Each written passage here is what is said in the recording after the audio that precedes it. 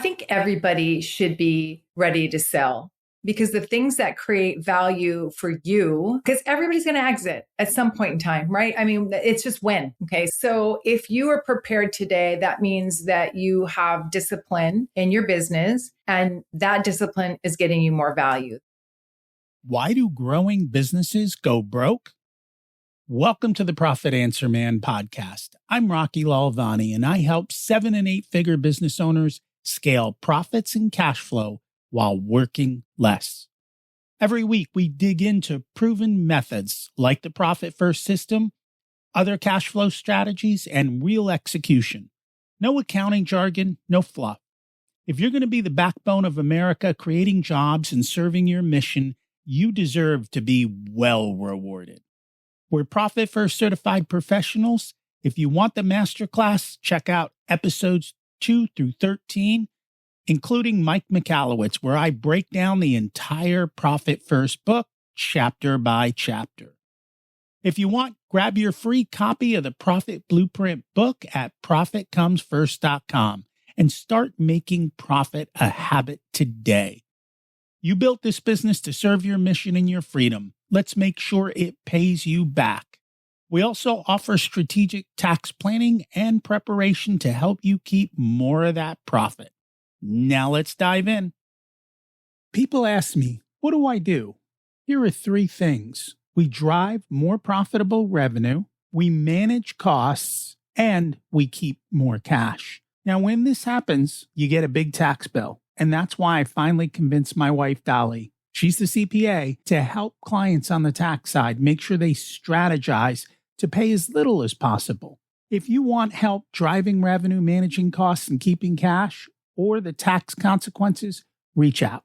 We're happy to help you with that.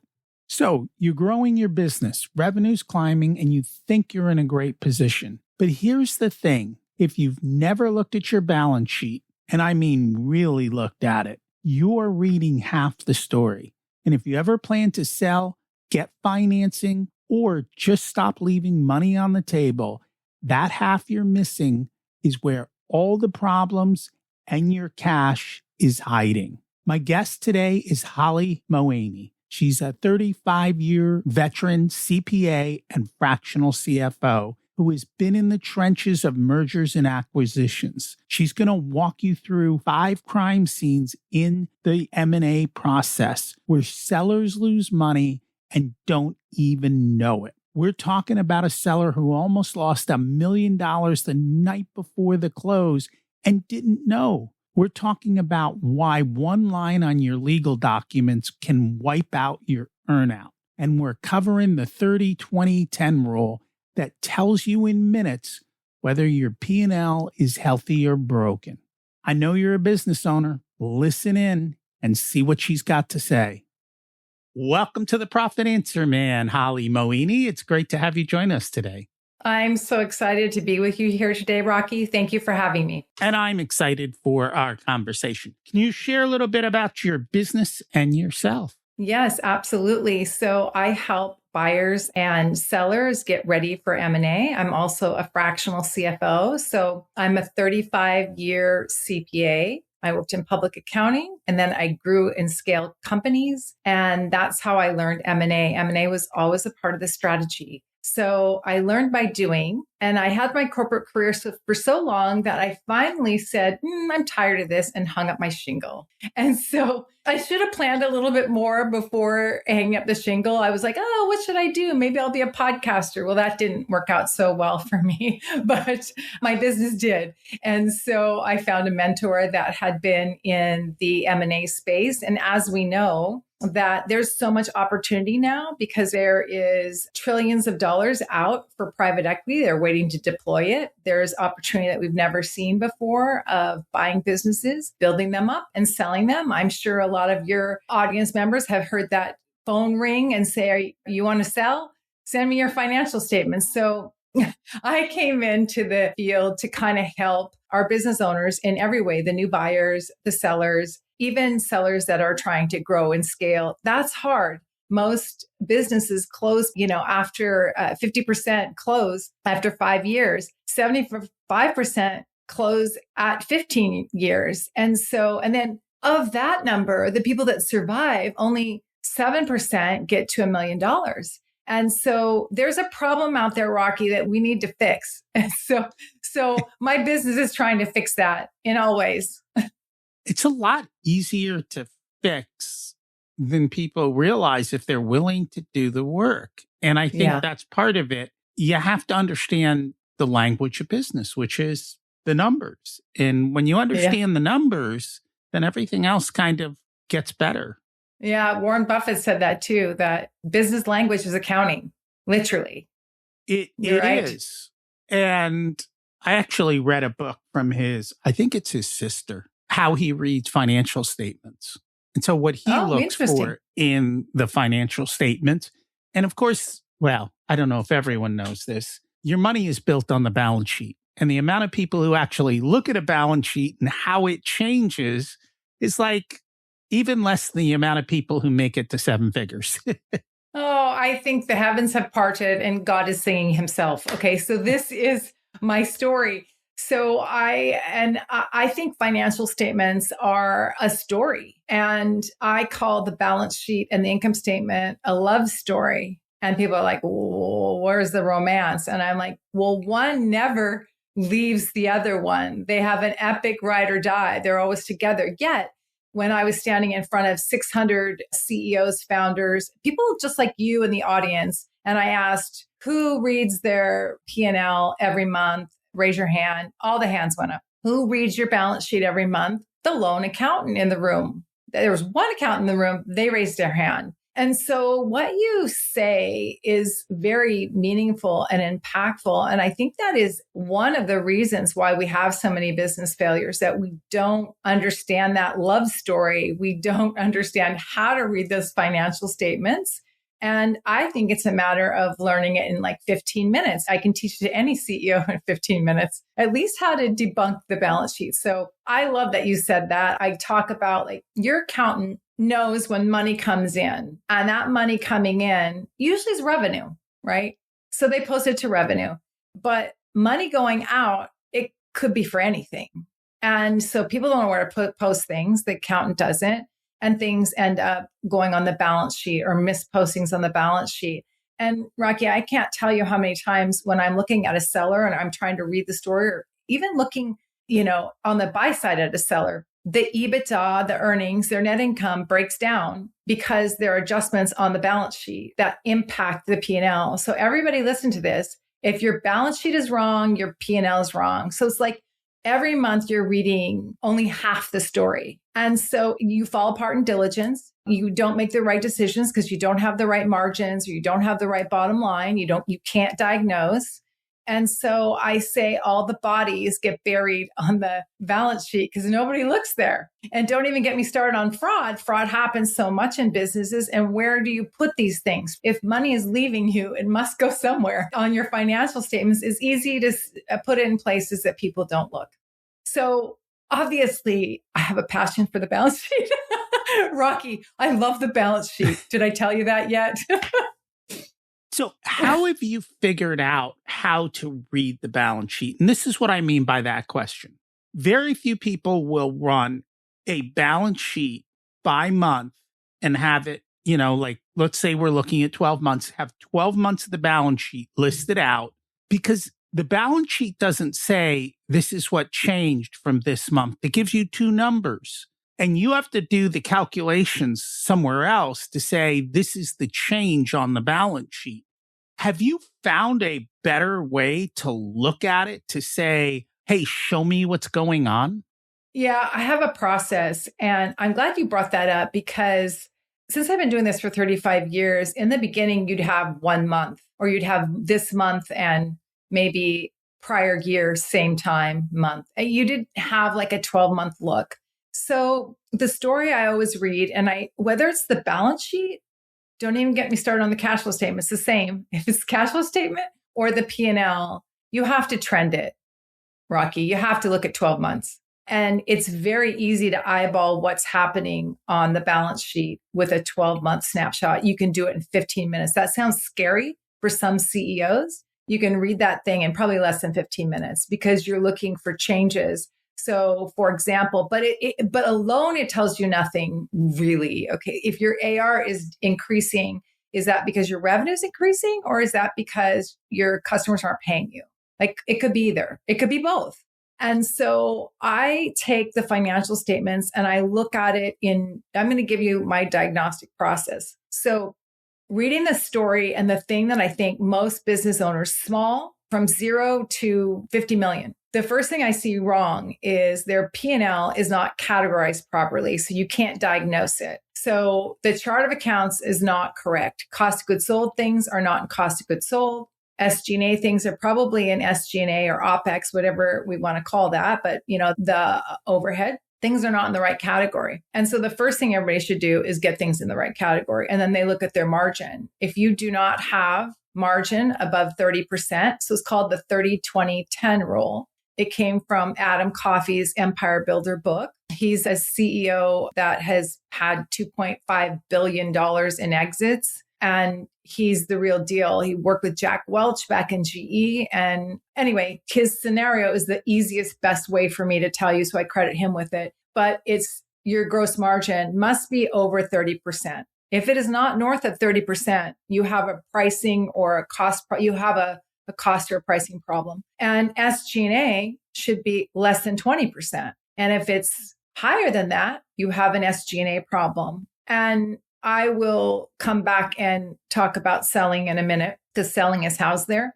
And then 10% on your net income. It needs to be greater than 10%. And if you're not making 10%, you can't fund your growth. You will not have enough cash to grow. So if any of these stats are off, and the one caveat I'm going to put out there for my e-com people and my B2C, where you're spending a lot of money on selling and you're trying to grow your business, you can take the selling component and that 20%, less than 20% for G&A. So we take the S out, the selling, that should not be higher than 15%. So it should be about 12%. 12 to 15%. And so that way you can, if you're choosing to spend more in selling, you may. And if you're dealing with the public, it's more expensive for selling.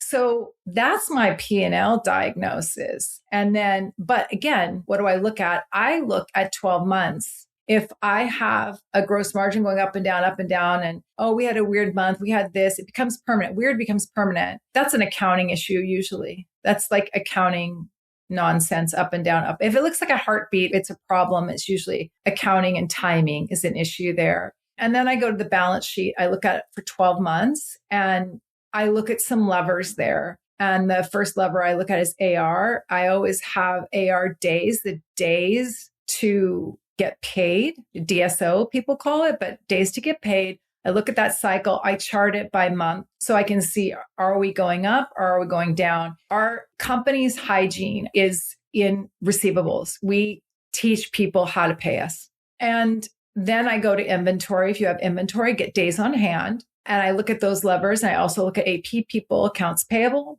They love to pay people as soon as they get a bill. So you want to make sure you're looking at stretching that out as reasonably possible so that you can improve your working capital, you improve your cash. And then anything that should not be on there, it's very easy to spot. And I can teach that to you very quickly, but I will be quiet for a moment. I'm very passionate about this, but that's my process. That's part of my process. Thoughts on that? So we've automated that whole process. Yep. And number one, we make sure the chart of accounts is correct.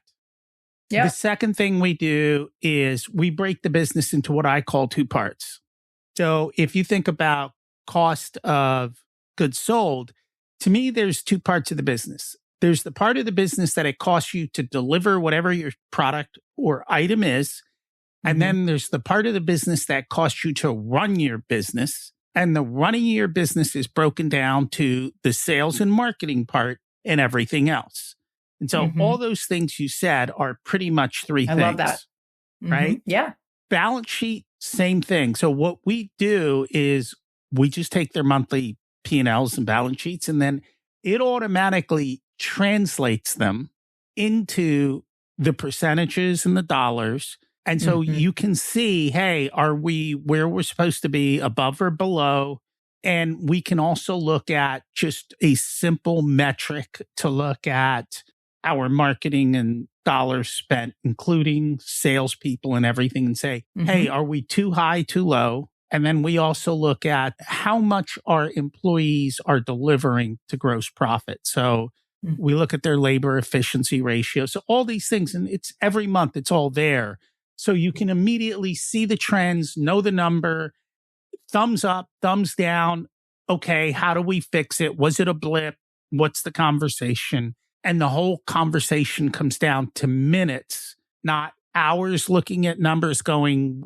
I find most business owners get stuck in the weeds. They don't know what to look at. They look at everything, then their head hurts, then they stop looking. When you look at these big things, if it's a thumbs up, we don't dig.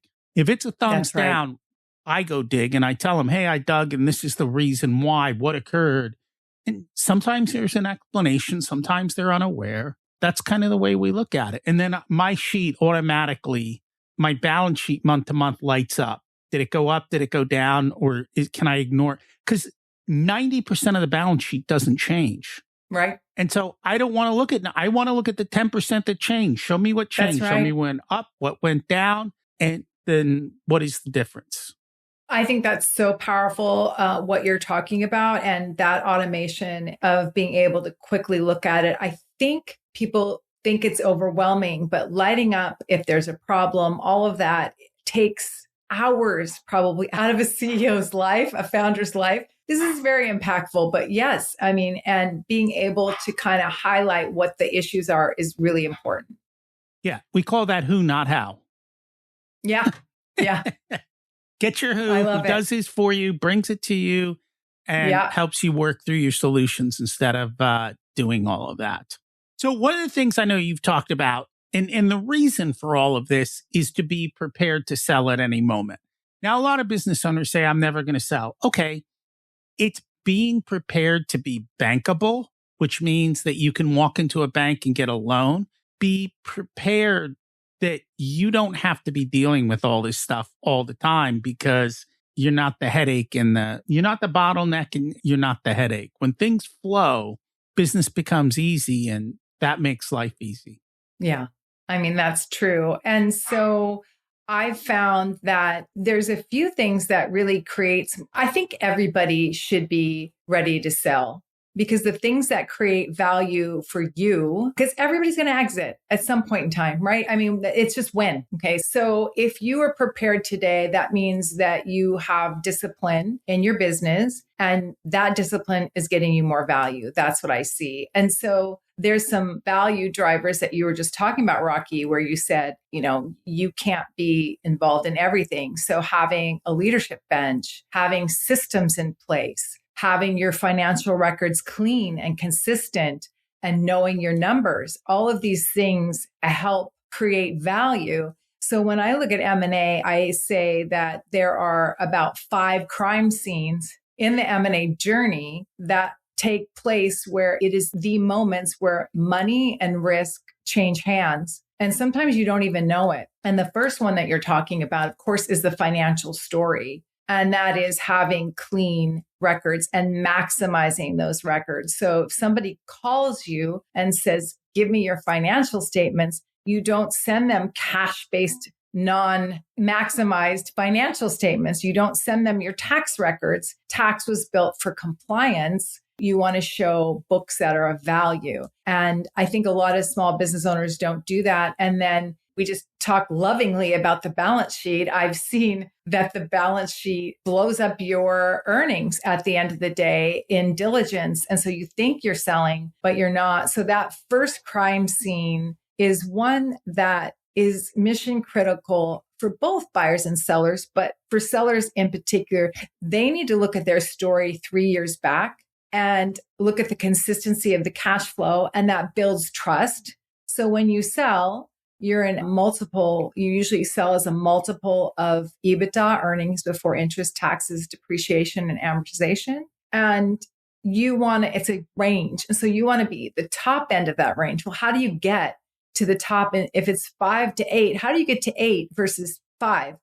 And these things are your financial story, your systems, your plan. Being able to articulate that to a buyer means that they have more trust after closing that you're going to hit the ground running.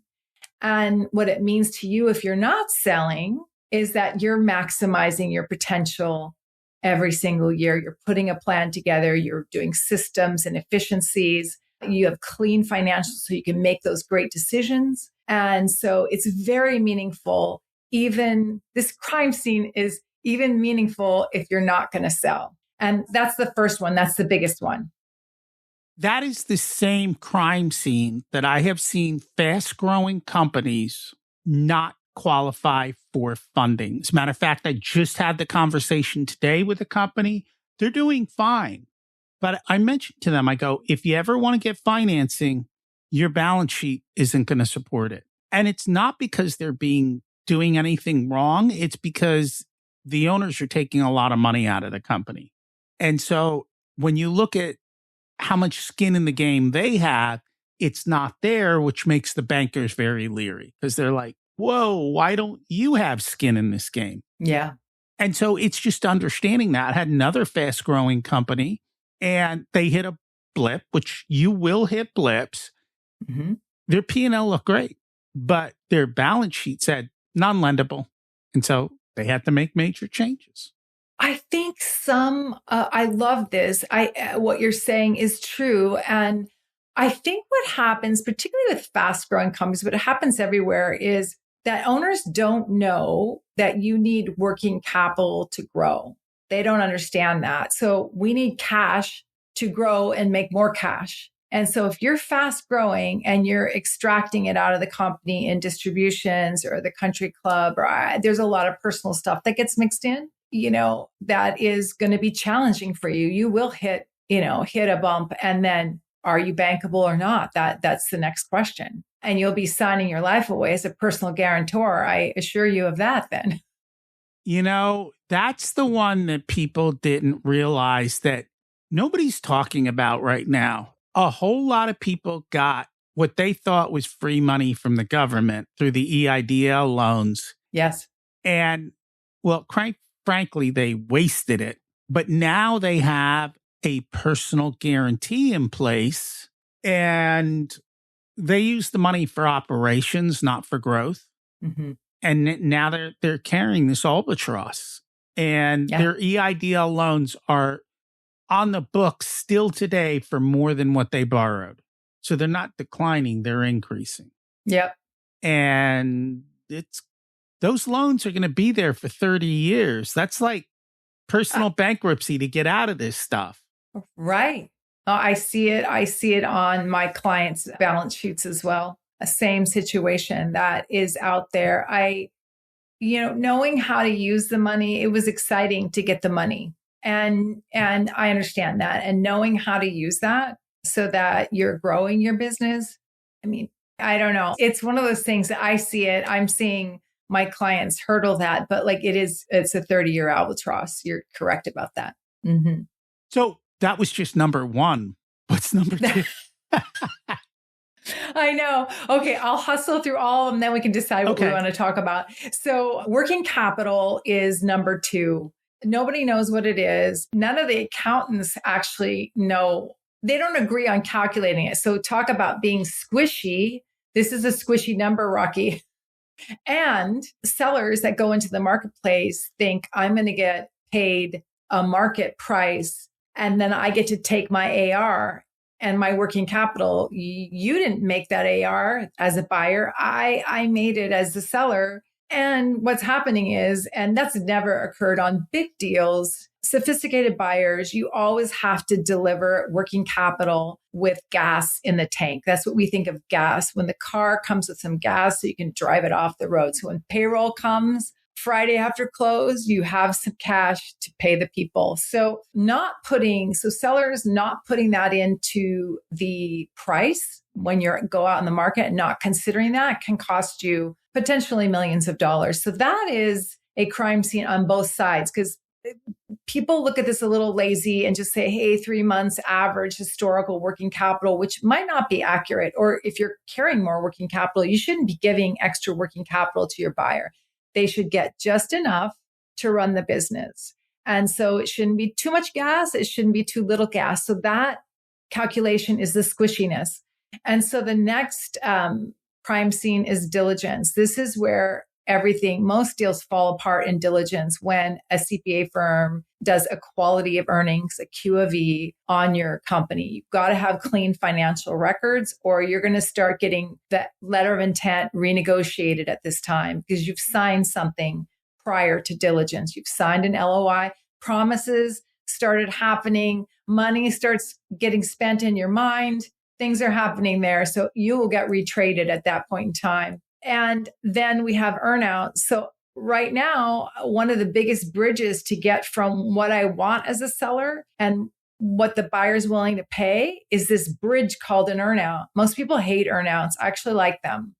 But this is where you can lose a lot of your money in this crime scene. And it's really about three things: clarity, control, and cadence. So if you, in your legal document, when they put the metrics in of what you need to be held accountable for, it needs to be not accounting language, not legal language. It needs to be real 14-year-old level language so that you understand it. It really, this is like people put in, I'll give you an example, and then you have to have control of whatever you're going to be measured on. Once they buy you, if you don't have control, then kiss the earnout goodbye. And then cadence, you need to check in and see how you're doing. So this is a great example of how accounting isn't black and white. So a client had 20% of their purchase price was in an earnout. That's quite large and millions of dollars. And his earnout was in the legal document on net revenue. Well, that's an easy one, right, Rocky? Net revenue, everybody knows what that is. No, we don't actually. So it was revenue less bad debts in accordance with generally accepted accounting principles. Well, what the heck is generally accepted accounting principles? Well, it's gray. You can decide what you want to do there. And so I said, no. I wrote a paragraph long, like if we're still trying to collect it, because it could be hundreds of thousands of dollars and you can lose your earnout. 4 months after we closed, the accountants came in and said, we're going to start writing off more aggressively. And I'm like, well, that's great. Actually, they actually probably should start writing off more aggressively, but it did not hurt our earnout because we had it properly written. And so my client, the seller, went to the buyer and said, hey, we agree with this policy, but it doesn't impact my earnout. And they said, yes, that's true. And at the time he had said, Holly, do we really need to write this paragraph? I said, yes, we do. And he's like, oh, I'm so glad we did. So earnouts can be problematic, but it is a nice bridge to get you where you're going. At the end of the day, he's getting his earnout, which I'm excited about. So that was number 4. And then number 5 is integration, that we actually, as sellers and buyers, we don't look at the human component and start planning from the very beginning. You will lose people and money will walk out the door with integration. So those are the whole 5 crime scenes. You know, as you're saying that, I'm thinking about Warren Buffett and I'm thinking about Enron. And I'm like, all you have to do is kind of change the definitions of what is what. And you put a footnote on the balance sheet and you can make the numbers say whatever you want them to say. And it's all acceptable. Yes. As a matter of fact, that's what Wall Street does. That's how they play games. They decide where they're going to put. You can put sales on the balance sheet. You do whatever game you want if you know how to play the game. And when you sell a company, especially if you sell to private equity, they know how to play lots of games. And so you need to protect yourself and define what's what and be clear on it because, yes, after the fact, the rules of the game change. And yeah, they do. Mm-hmm. I mean, it's a matter of if you sell to private equity, it's normal to have you in the room with 6 to 9 other people, accountants, all of them. It's you against all of them. And I'll tell you on my working capital crime scene, which happens all the time, is in one case, we were sitting right before close at the closing table. And we hadn't billed we didn't have proper accounting. Okay. So that there it is right there. But we hadn't billed for a bunch of work we had earned. And so we said, well, let's have a meeting with them night before closing. They're going to send the wire at 9 a.m., 8 figures, big number. And we're sitting there saying, hey, how do you want us to account for this? Because we need it to be on the closing balance sheet. We need that AR to be on the closing balance sheet. And they were like, well, you don't get that. It was $1 million. It was $989,000. It was $1 million. And I'm sitting there with the seller, and I don't know, there's 4 people. You're always outnumbered, always. Okay. There's 4 people in the room. And I said, well, that isn't fair. Well, we've earned that. So we're going to record it. And they said, no, you're not, you can't do that. And I said, all right, well, we're going to bill all night then, and we're going to delay close. We're going to record it. And they said, you are going to be out of compliance with the reps and warranties that you're going to sign tomorrow morning. If you do that, you will be in violation. And I, at that point, I mean, my hands were sweating a bit. Okay. But I was like, okay, well, let's see how that goes. And so we hung up with them, got on the phone with our attorney, and the attorney says, no, you bill it. Okay. That's ridiculous. And a few hours later, they came back to us and said, yes, you get it. And the seller said, I wouldn't even have known they were screwing me over. He wouldn't have known. And you would have known after the fact, but after the fact, your documents are all filed. The closing balance sheet has come and gone. I mean, this is where you don't go against the big gorilla you just don't. You don't go against. They know how to take your weaknesses and make them into strengths the day after close. They'll just change accounting. Yeah, they'll just change how you do accounting, and off they go, millions of dollars more, and you're not any wiser. I have conversations with my clients all the time, and they're like, we can do that? I'm like, yes. Yeah. That's possible? I'm like, yes. Yes. I wouldn't have even thought of that. I go, I know. These are the types of things. But that's when you understand what's going on, then You're like, hey, we're just going to delay closing. And that is really the tactic. It's your ball until you give it to them. Yes. Nobody wants to do that. That will scare them. We actually walked away from this deal because they started retrading, and nobody talks about the emotions. I mean, this is highly emotional on both ends, maybe not for private equity, but everybody else. It's emotional. It's your baby. And I remember sitting there, and you work till 11, 12 o'clock at night. There's no such a thing as work hours when you're closing. And I'm like, what do you want? And he was like, well, if they treat me like this now, what are they going to do when I'm with them? And I said, yes. Okay, well, let's go back to your original goal. Let's go back to data. Let's keep grounded here. And he goes, I'm going to walk away. And I said, do you feel good and like, we've got a plan, a strategy, how to grow to the next level, and then try to repeat that process, get more money. He's like, yes. You feel comfortable? Yes. And so at the end of the day, he walked away. And they had a weekend to think about it, came back and gave him everything. So he presented himself as very desirable. So in that multiple range, we had gotten him to the top of the range. He had a great leadership team. We had cleaned up his records. He's a good guy. He has a good story, loyal clients, right? So they were salivating by the time we had gotten to the close to the closing table. And so he ended up doing okay. And he's getting, all those things that he's very happy about. There's no remorse. Not only, sometimes they think they're going to stay in charge post-close, and very quickly they lose their baby. They're very quickly taken out, even if they're left in as the CEO. Yes.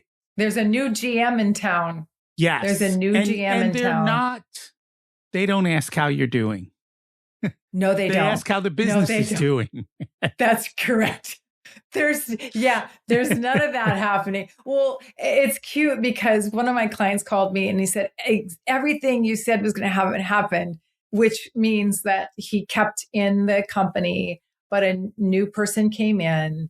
He still had control over what he was working on, but he didn't really. And that's something that you have to explore emotionally as a founder, whether you're ready for that even if you are the CEO. So if you're a platform, so private equity does like the platform companies, the first private equity kind of point to be a platform company is about $4 million in EBITDA, in earnings, right?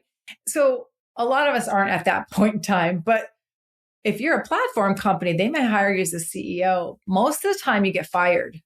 So even then, and the bolt-on is okay as well. You make more money. They make you roll over some equity. You make more money the closer you are to that platform than the further away you are on the second bite of the apple, the second sell. But they're coming in and they're saying you need to grow by 30%. And I don't know about you, but I've grown companies before leaps and bounds, and 30% every year is pretty darn hard, guys. Just saying, like, it's acquisition, it's organic, it's a full court press focus. And I love that idea. But again, not everybody is designed for that. And I know I don't want to do that anymore. I've done it, but I don't want to do it anymore. No, I'm with you. Have you found what I have found, that when the wire finally comes into the bank account and it's all said and done, it's kind of a letdown? Oh, grief sets in.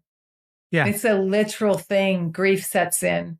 And I see it in the grief. It's not so much for me if I'm helping a seller. I feel their grief and their sadness. There's a sadness associated with it, even though it's, how many figures, it doesn't matter with how many zeros it is. You're still going to feel that grief. You're going to go through every stage of that, regardless. That money might have just changed your life and your retirement and all of that. It still feels bad. And, I think that more people, there are actually coaches that support sellers now, emotionally support sellers because of that. There is a letdown. But again, so you're going to exit at some point in time. So somebody's going to take it. So you got to go through the process like anything else. And being informed, I mean, that's my biggest thing, even about these crime scenes, Rocky, is you need to know the whole terrain, the whole game, the whole whatever you want to call it, the Wild West of M&A. You need to understand all of it before you even get on the path so that you're not blindsided. At least you go, okay, I know that this could happen and I'm aware. So many sellers bumble their way through it. And when you're bumbling your way through, I am quite certain you are losing money 100%. You don't even know it. Yeah, I help owners before they bumble through sale, and they're still losing money running their business. And we deal with the emotions of that as well as part of our thing. Because being an owner isn't easy. And it's hard. It's hard. Money's emotional, and running your business, it's sometimes just, I think it's like a game of golf. You get that one good shot and then you want to play the rest of the game. And it's like, one good shot out of 50 and here I am. Yes. Yeah. I mean, it's so true. I did hang up my shingle not that many years ago and very recently, and I was a corporate employee my whole life now. I worked and I worked as if it was my money. I always did that. It's probably why I was always successful, is because that's my money. And so I was in the trenches with the CEOs, but hanging up your own shingle, you need people like you. We need people that other entrepreneurs, we need to have people around us that have had the same challenges just to even commiserate with and or strategize or problem solve, all those things. You should never go it alone. And yeah, it's a heavy burden when you're looking at payroll every week or all the costs that everybody's livelihood is depending on you. Yeah, it's a heavy weight. And it's fixable and it's controllable. And when you understand what the numbers say, you can make better choices. And that's what it's all about. I love it. If people would like to learn more about you and your services, how do they find you? They can find me on LinkedIn, on social media, on my website, Holli Moeini. It's HOLLI MOEINI. And I'm happy to talk to anybody. And I'm also very grateful for you, Rocky, and the show that you have and the education that you are doing, because through all of us, I hope that our statistics change and that we help more business owners become more profitable and live the life of their dreams. That's what it's all about. Thank you so much for joining us. Thank you. This conversation hit on something most business owners never hear about until it's too late. That the things that make your business sellable are the same things that make it profitable right now and fun to own. Clean financials, a leadership bench, systems that don't depend on you.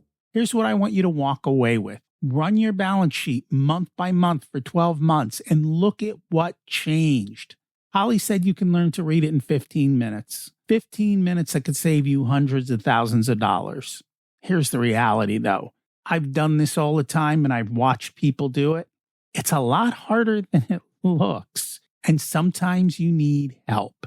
If you're a business owner who's thinking about selling or just trying to figure out where that cash keeps going, then let's chat. I'll show you where the hidden profit is in your business. Grab a call with me. There's a link in the show notes. And if you know another business owner who needs to hear this, do them a favor.